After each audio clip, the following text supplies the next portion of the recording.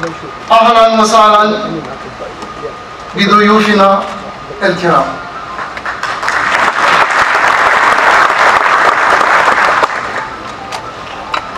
C'est un honneur et un immense privilège pour moi de prendre la parole aujourd'hui devant cette illustre assemblée pour ouvrir les travaux du plus grand regroupement de la famille du football jamais organisé par le passé en Afrique. Nous le faisons ici à Rabat, au Maroc, terre de rencontre et d'accueil, pays de l'authenticité, patrie d'une riche histoire de panafricanisme et dans un contexte que je me plais à rappeler, à savoir que le Maroc a été un membre fondateur de l'Organisation de l'Unité africaine, aujourd'hui l'Union africaine. En étant ici au Maroc, comment ne pas évoquer un chapitre historique inoubliable?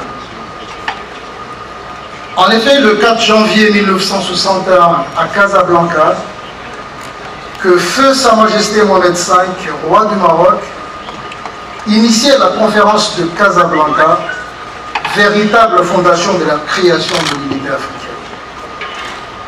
Et l'histoire renvoie toujours à l'histoire. Aujourd'hui, 18 juillet 2017, et la journée Nelson Mandela décrétée par les Nations Unies pour célébrer la liberté, la justice et la démocratie. En termes footballistiques, on dit le kick-off ou le coup d'envoi de ce grand changement qui s'opère au niveau du football africain. Parce que moi-même, à mon équipe, nous étions élus le 16 mars 2017 à Addis Abeba en Éthiopie, dans une salle portant le nom de Nelson Mandela. C'est une émotion que je tenais à partager avec vous. Ben déjà, en 1982, on parlait de l'Afrique. Et on disait, oui, le futur du football mondial, ça va être l'Afrique. C'est pour bientôt. Regardez la qualité des joueurs, regardez la passion, regardez le jeu. Ça va venir, ça va venir, ça va venir. Aujourd'hui, 35 ans après, on est toujours là et on dit toujours, oui, le futur, c'est l'Afrique. Il faut que ce futur devienne présent. Il faut qu'on passe des rêves aux actions. Et c'est pour cette raison que je suis heureux d'être ici et que j'aimerais féliciter encore une fois la CAF pour cette idée d'organiser ce symposium, parce que pour avoir une vision, football africain, notre vision, pour avoir une vision, il faut tout d'abord débattre, il faut tout d'abord discuter, il faut analyser, il faut se dire les choses, même celles qui font mal. Et on aura le temps tout à l'heure dans les tables rondes de parler des problèmes, de parler des sujets, de parler des challenges et de voir comment on peut avancer tous ensemble. Et aujourd'hui, c'est un coup d'envoi, it is a kick-off, c'est un point de départ, c'est pas un point d'arrivée. C'est un point de départ parce que, bien sûr, il y a beaucoup à faire, et sans travail, on ne fait rien.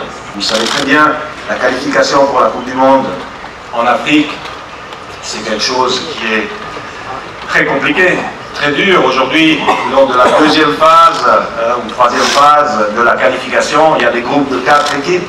Il n'y a que le premier du groupe qui passe. Vous en savez quelque chose ici au Maroc et dans tous les autres pays qui participent à cette qualification.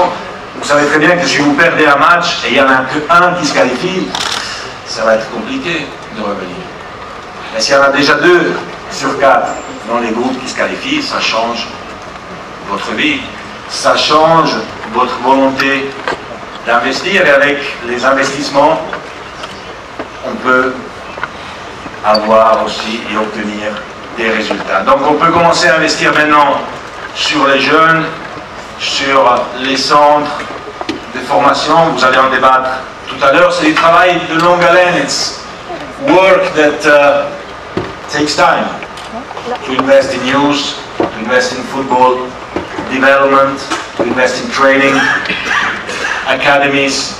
It takes time, and it's not easy. It's easier to go and find maybe some African player who has been who was born in Europe and was trained by a European club. That's maybe easier.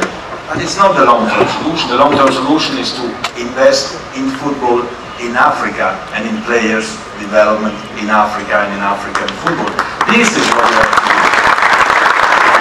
J'aimerais demander au président Ahmad et au président Fouzi de venir sur scène parce que j'ai un tout petit souvenir pour eux de la part de la FIFA.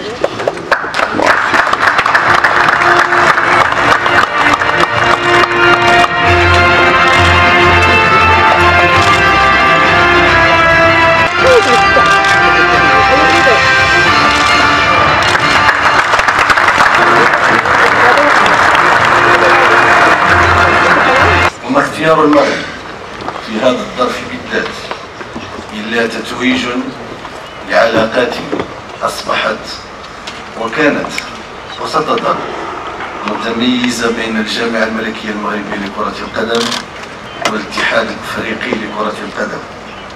توجت بتوقيع أكثر من 30 اتفاقية تعاون تجسدت على أرض الواقع لعمليات تطوير لمختلف الجوانب التي تهم تطبيق كرة القدم. ويأتي كل هذا في إطار بلورة رؤية ملكية سامية لجلالة الملك نصره الله التي ما فتئ يؤكد عليها في مختلف الخطب الأخيرة لجلالته سواء في دكار، أديس أبابا أو أبيجان. وهي رؤية أكد من خلالها جلالته حفظه الله على ضرورة نهج سياسة كاملة وشاملة ومتكاملة تجاه إفريقيا. وبالرغم من كل هذه التطورات الإيجابية نتواجد اليوم أيها السيدات والسادة أمام ضرورة القيام بتشخيص واقعي جماعي لأوضاع كرة القدم بإيجابياته ولكن أيضا بالوقوف على سلبياته، الشيء الذي سيمكننا حقيقة من بلورة رؤية مستقبلية ومشتركة لواقع كرة القدم. وأخيرا وهذا هو الشيء الأساسي والذي طرح في أكثر من مناسبة، هل اليوم ونحن نقترب من الاحتفال بمئوية كأس العالم والقارة الأفريقية لم تحظى بشرف تنظيم كأس العالم إلا مرة واحدة خلال هذه الفترة الطويلة من عمر كرة القدم العالمية ومن عمر قارة وأجيال بأكملها، كلها أسئلة نريد أن نتقاسمها اليوم في هذا الإطار التشاركي والمتكامل، بعيدا عن لغة سادت لعقود طويلة كانت كلها تعبير عن الارتياح والمبالغة في تثمين المكتسبات.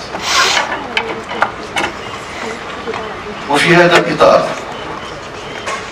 إن تحسين حكامة الاتحاد الإفريقي لكرة القدم سيشكل لا محالة اللبنة الأساسية في مسار تطوير كرة القدم الأفريقية وتقوية آليات التعاون لتبادل التجارب الناجحة وخلق نموذج تعاون شامل ومتضامن بين مختلف الاتحادات الأفريقية.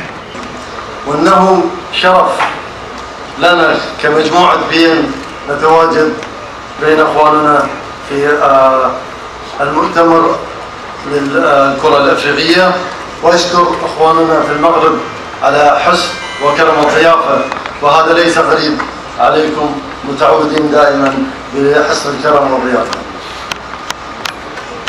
كما تعلمون مجموعة بين تملك شريك للاتحاد الأفريقي لكرة القدم ولفترة طويلة، ونحن فخورين بهذه الشراكة وفخورين بأن نكون شريك لتطوير كرة القدم الأفريقية سويا معكم سيادة الرئيس.